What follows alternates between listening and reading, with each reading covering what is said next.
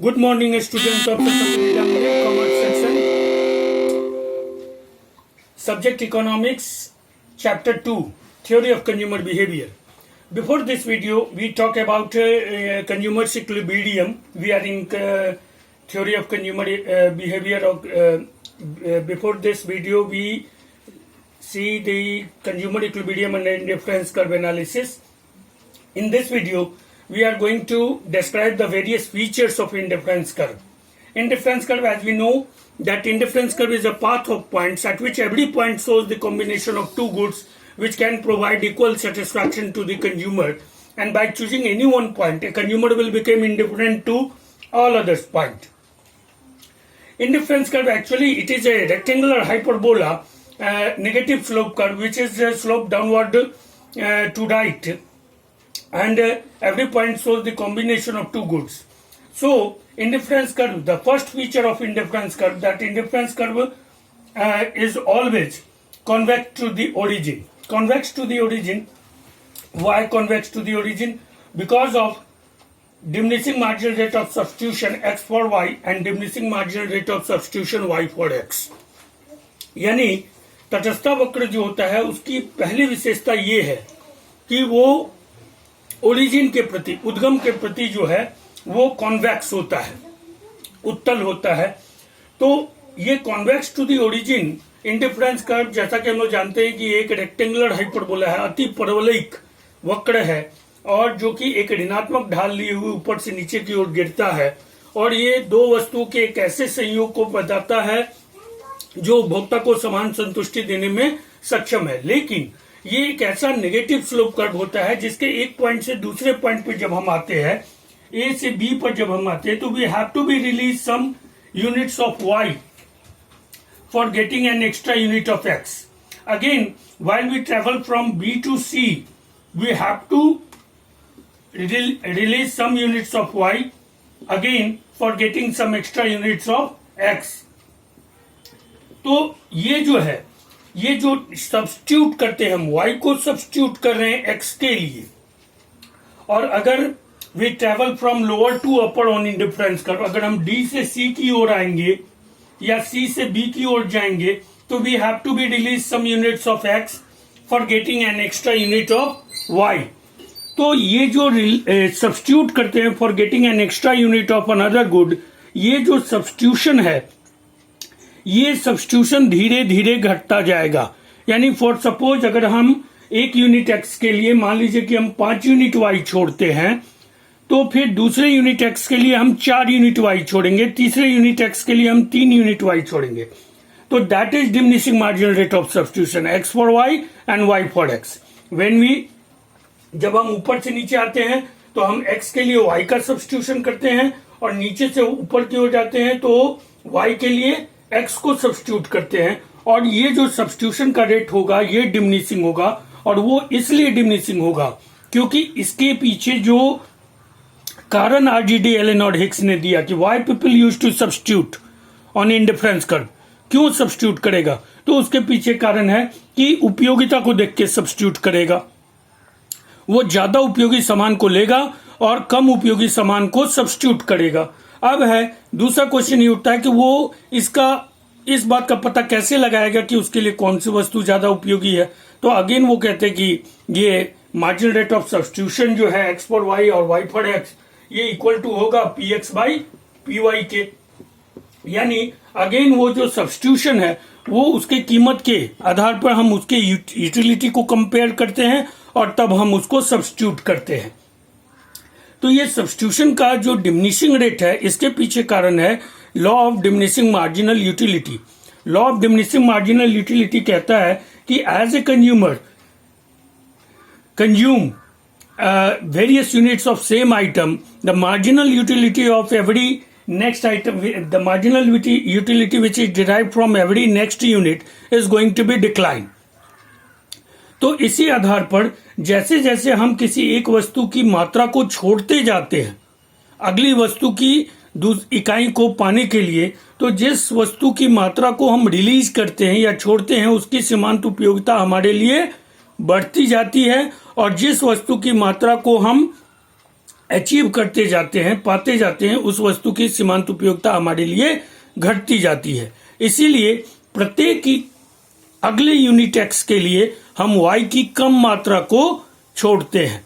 ये है diminishing marginal rate of substitution, और यही बेस है इंडिफरेंस करके रेक्टेंगुलर होने का और नेगेटिव स्लोप होने का। और ये पुनः एक बार ये साबित होता है, इंडिफरेंस कर्व की कॉन्वेक्सिटी ये साबित करती है कि यूटिलिटी को हम ऑलवेज मनी के रूप में ही मेजर कर पाते हैं, अन्य कोई दूसरा मेजरमेंट यूटिलिटी के संदर्भ में नहीं है।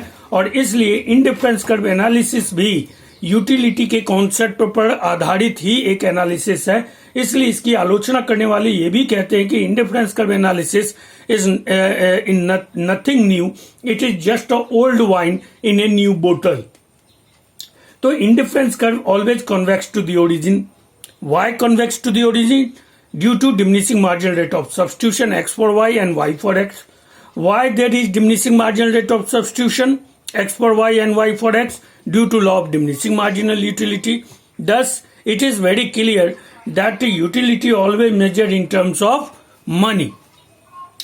Second feature of indifference curve, that the two indifference curve never intersect each other. दो तटस्थता वक्र कभी भी एक दूसरे को काटते नहीं है। क्यों? देखिए, every indifference curve shows the different level of satisfaction. सभी तटस्थता वक्र जो हैं वो संतुष्टि के एक अलग स्तर को बताते हैं। And when two indifference curve intersect each other, it means at the point of intersection, जैसे कि यहाँ पे बी पे काट रहा है, at the point of intersection the satisfaction level from both indifference curve will be same, which is not possible because two indifference curve always shows the two different level of satisfaction, and when both indifference curve intersect each other, it means that at the point of intersection the satisfaction was same from both indifference curve, which is not possible according to nature of indifference curve. And it is enforcedly stated in the feature of indifference curve that two indifference curve never intersect each other, क्योंकि दोनों indifference curve संतुष्टि के अलग स्तरों को बताते हैं, और यदि ये दोनों इंडिफरेंस कर्व एक दूसरे को काटते हैं, इसका मतलब है कि कटान बिंदु पर संतुष्टि का जो स्तर है वो दोनों इंडिफरेंस कर्व पर समान है, जो कि संभव नहीं है। थर्ड, तीसरा फीचर जो है वो है कि higher indifference curve shows the higher level of satisfaction. देखिए, तटस्थ वक्र का एक समूह यानी कि इंडिफरेंस मैप कहलाता है। What is indifference map? तटस्थ मानचित्र क्या है? तो इंडिफरेंस मैप यही है, a group of indifference curve called indifference map. इसी को हम लोग इंडिफरेंस मैप भी कहते हैं, indifference map. Indifference map is a group of indifference curve in which higher indifference curve shows the higher level of satisfaction. Why? So a higher indifference curve always get tangent with a higher budget line. A lower indifference curve always get tangent with a lower budget line, and due to this it shows the least quantity of both good. मान लीजिए कि good x है, तो यहाँ पे QX और QY दर्शा है। While a higher indifference curve always get tangent with a higher budget line, और हायर बजट लाइन के कारण वो दोनों वस्तुओं की मात्रा भी ज्यादा दिखाएगा, QX1 QY1। तो why a higher indifference curve shows the higher level of satisfaction? Because first of all, a group of indifference curve called indifference map, ठीक है, तटस्थ वक्रों का एक समूह तटस्थ मानचित्र कहलाता है, in which higher indifference curve shows the higher level of satisfaction, जिसमें ऊंची तटस्था वक्र संतुष्टि के ऊंचे स्तर को बताती है और नीची तटस्था वक्र संतुष्टि के नीचे स्तर को बताती है। क्यों? तो इसका सिंपल सा कॉज ये है कि a higher indifference curve always get tangent with a higher budget line, and due to this it also shows the more quantity of both good which can be taken by a consumer, while a lower indifference curve always shows the a lower indifference curve always get tangent with a lower budget line, which shows the least quantity of both good to the consumer, which also provide least satisfaction to the consumer. Least good, least satisfaction. More good, more satisfaction. Thus, it is said that a higher indifference curve shows the higher level of satisfaction. तो that is the 3 important feature. इसके बाद 3 feature और हैं indifference curve के, उसको भी हम लोग देखेंगे. यहाँ पर अभी आप लोगों ने देखा कि इंडिफरेंस कर्व क्या है. Indifference curve is a path of points at which every point shows the combination of two goods which can provide equal satisfaction to the consumer, and by choosing any one point a consumer will become indifferent to all others point. Indifference curve का जो shape होता है वो rectangular hyperbola होता है. It is a negative slope curve which slopes downward to the right. और इसी के आधार पे हम लोग कहते हैं कि indifference curve convex to the origin होगा due to diminishing marginal rate of substitution X for Y and Y for X, and diminishing marginal rate of substitution itself based upon law of diminishing marginal utility. Two indifference curves never intersect each other because both indifference curves show the different level of satisfaction. So it never intersect each other. Third, higher indifference curve always shows the higher level of satisfaction because a higher indifference curve always get tangent with a higher budget line, and lower indifference curve always get a tangent with a lower budget line. Indifference map. A group of indifference curve is called indifference map, in which a higher indifference curve shows the higher level of satisfaction. इसके बाद एक और feature है जिसको हम लोग चौथा feature कहते हैं कि indifference curve never be a vertical line. Indifference curve जो है वो कभी भी एक वर्टिकल लाइन नहीं होगा. क्योंकि indifference curve always shows the various combination of two goods, and when it became vertical then one commodity get constant and another is variable. Another कुछ भी हो सकता है, इसलिए इंडिफरेंस कर्व कभी भी वर्टिकल लाइन नहीं होगा.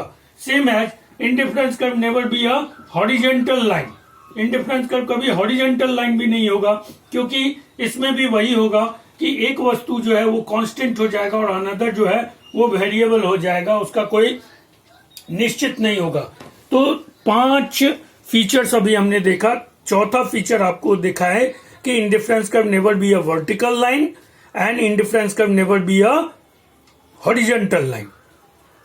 So now it is a very important question from the point of view of a board examination, because every year in board examination some features or 1 mark question में ये पूछे जाते हैं कि indifference curve के features के बारे में. तो you all need to be remembered it, write down in fair notebook, remember it, and also make the practice of graphs of indifference curve. In next video we are going to analyze the different features and the equality between price and diminishing marginal rate of substitution. What is the importance of that equality? Till then, take care, stay home, safe home.